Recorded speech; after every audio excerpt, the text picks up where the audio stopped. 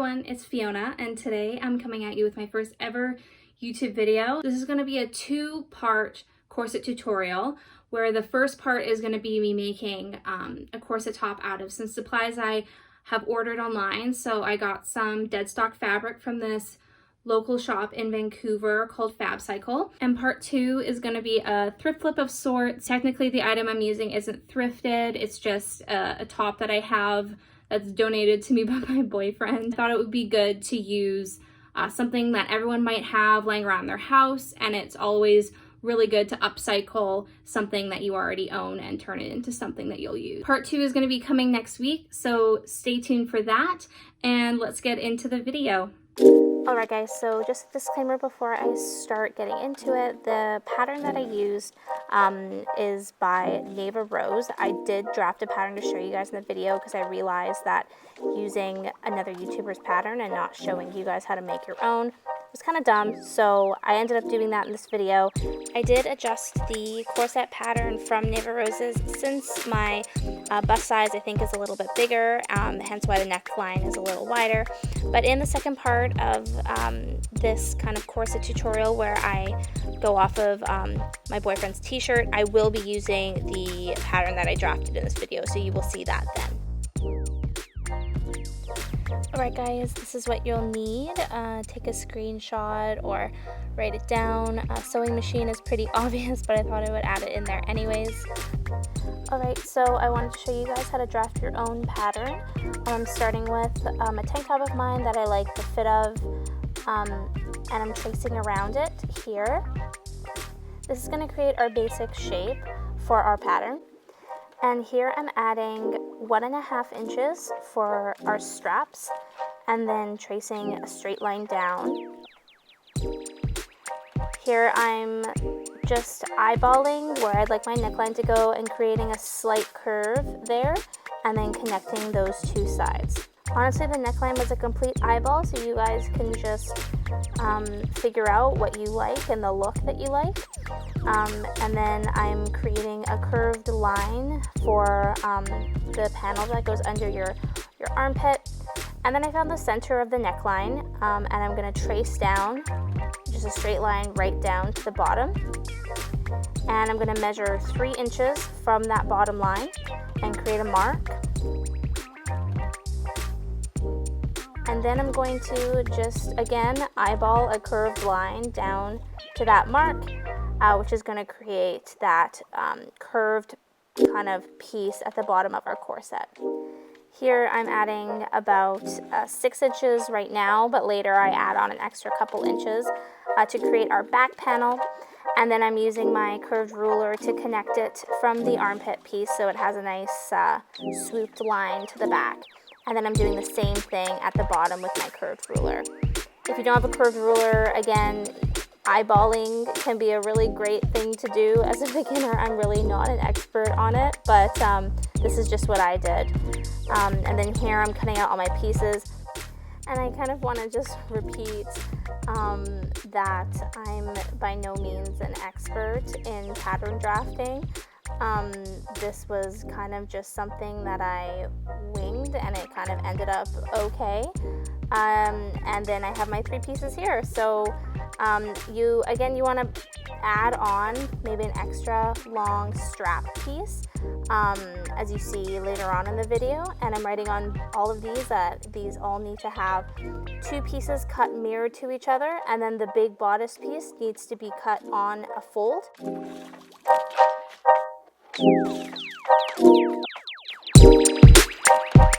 So here we're going to start cutting out our pattern. You need to lay all of the pieces down.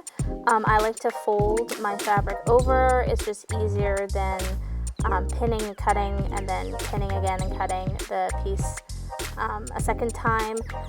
This way you'll get your 2 mirrored pieces of fabric quicker.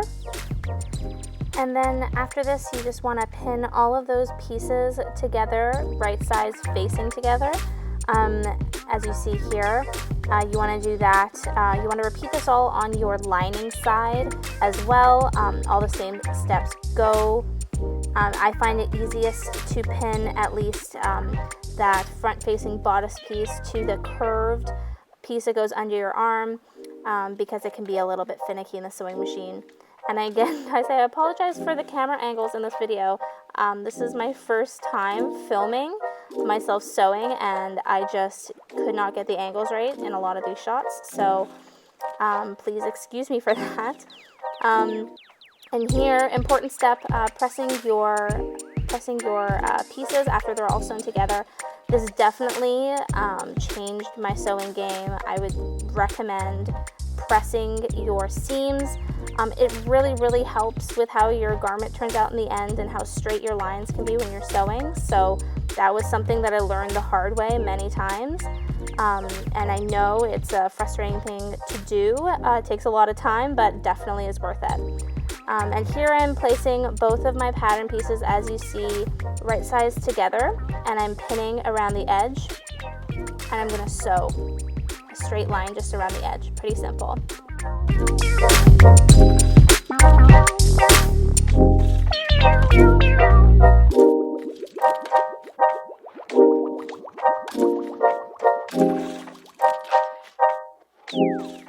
So here you see me cutting my excess strings off, and then what I'm going to do is I'm going to go around the edges of my seam, and I'm going to maybe cut off some excess, but the most important thing I do is just cut some slits around the edge. Just be careful not to cut through your seam line.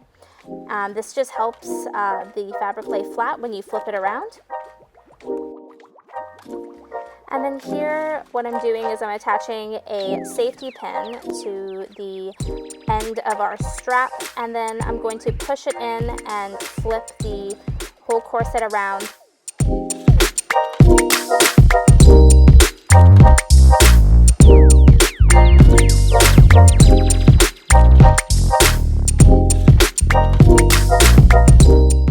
And again, guys, iron down those seams.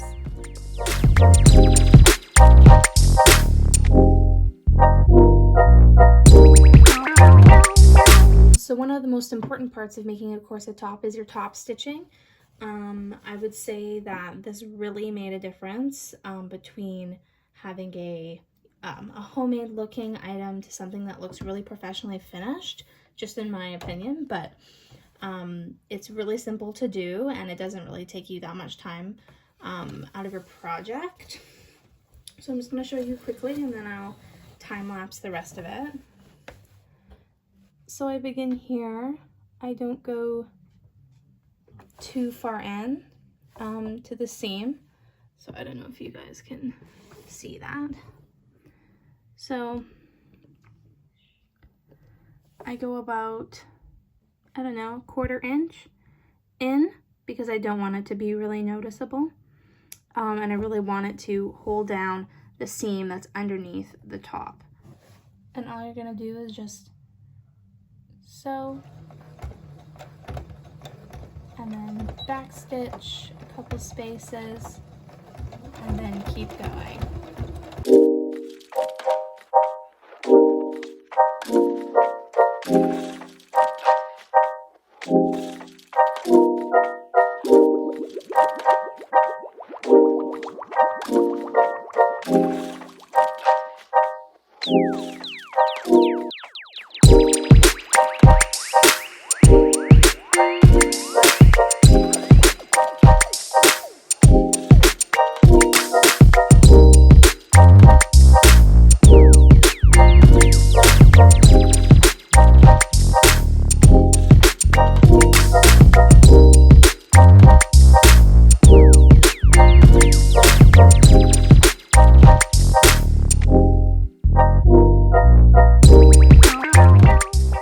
Next is time to add your boning channels. Here I'm just measuring out.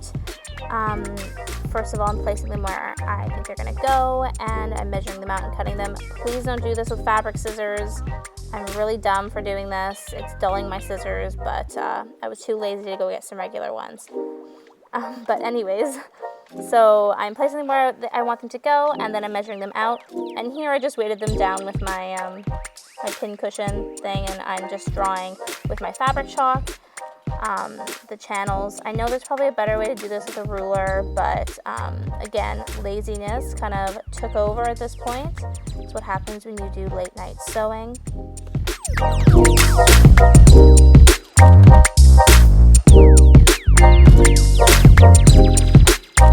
Hey guys, so the top stitching is done here, and what I've done is I have cut the length of my boning. This is just something I got off Amazon, but you can always use zip ties. That works the exact same. And sometimes it looks nicer with zip ties because you get the nice thin channels. But here I've taken my boning and I've put it where I want it to go, and I've just traced around the edge with my fabric chalk. And what I'm going to do is I'm going to stitch the lines, as you see here, that I've traced here and down the diagonal sides, and I'll come back after that.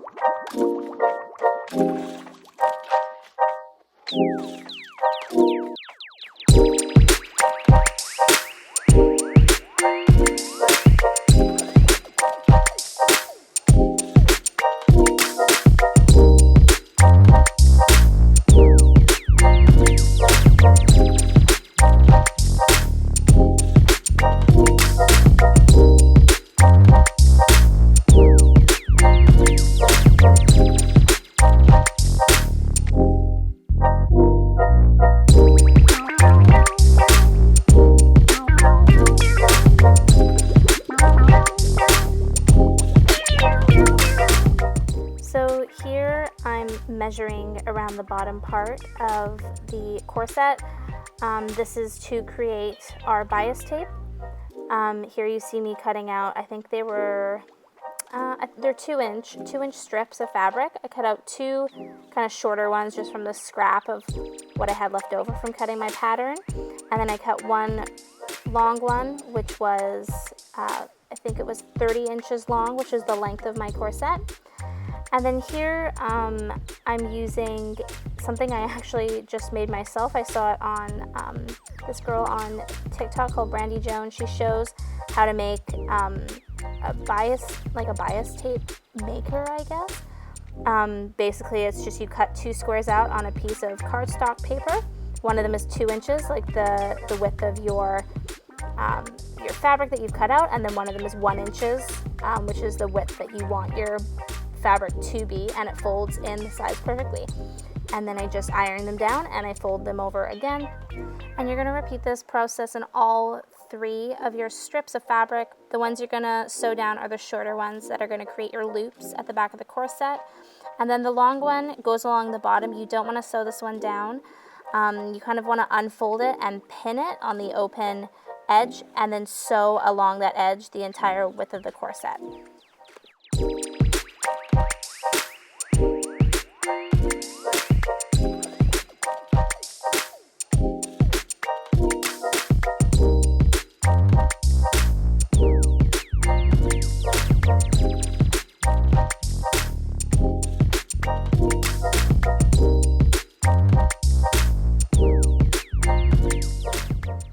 Here you see me unpicking the sides of my corset top towards the back, where I'm going to put my loops in.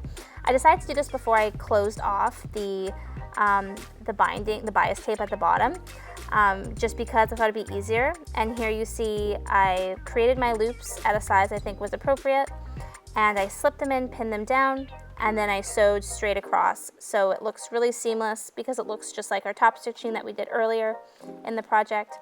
And then here I've folded over our bias tape, so it's kind of sandwiched the fabric. This just keeps the boning and everything in place, and I'm just sewing a straight line down. Alright guys, so just an update on the progress so far. I know I've been really bad with updating during the project, but so as you can see, the boning channels through the front, and then the binding that I just showed you at the bottom with the loops here at the end. I hope the voiceover covered that well enough, but the last step is for the straps. Some people like to do this earlier, but I like it to be the last thing that I do, just otherwise they get in the way. What you're going to do is you're going to unpick an area. I like to do it closer to the loops, so somewhere around here. I'm going to unpick the top stitching, slip in the straps, and then top stitch over so it's nice and seamless. Straps are on. As you can see, it's quite seamless. So all I have to do is to get some of my ribbon and measure it out, and then I will show the final product.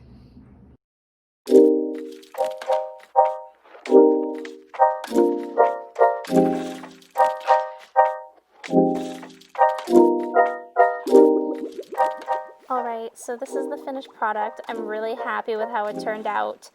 I just thought I'd pair it under this button-up shirt. I thought it looked kind of cute, you know, kind of vintage. And just to reiterate, guys, I am fully self-taught. You know, I even thrifted my first sewing machine. I only started this May, so it really goes to show that you can do anything you set your mind to. And yeah, I'm just really proud of what I've accomplished, and I'm hoping to share any knowledge I have with whoever's interested. Alright everyone, thanks for watching. If you're interested in more DIY and sewing content, please like and subscribe. It would mean so much to me. If you have any other items that you're interested in learning about sewing as a beginner, I could make this into a whole series. That was my plan. I think that would be really cool. So if there's something you would really like to learn, please comment down below and I'll see if I can get to your recommendations. All right, so I think that's everything. I hope you have a great day and I will see you guys next week. Bye.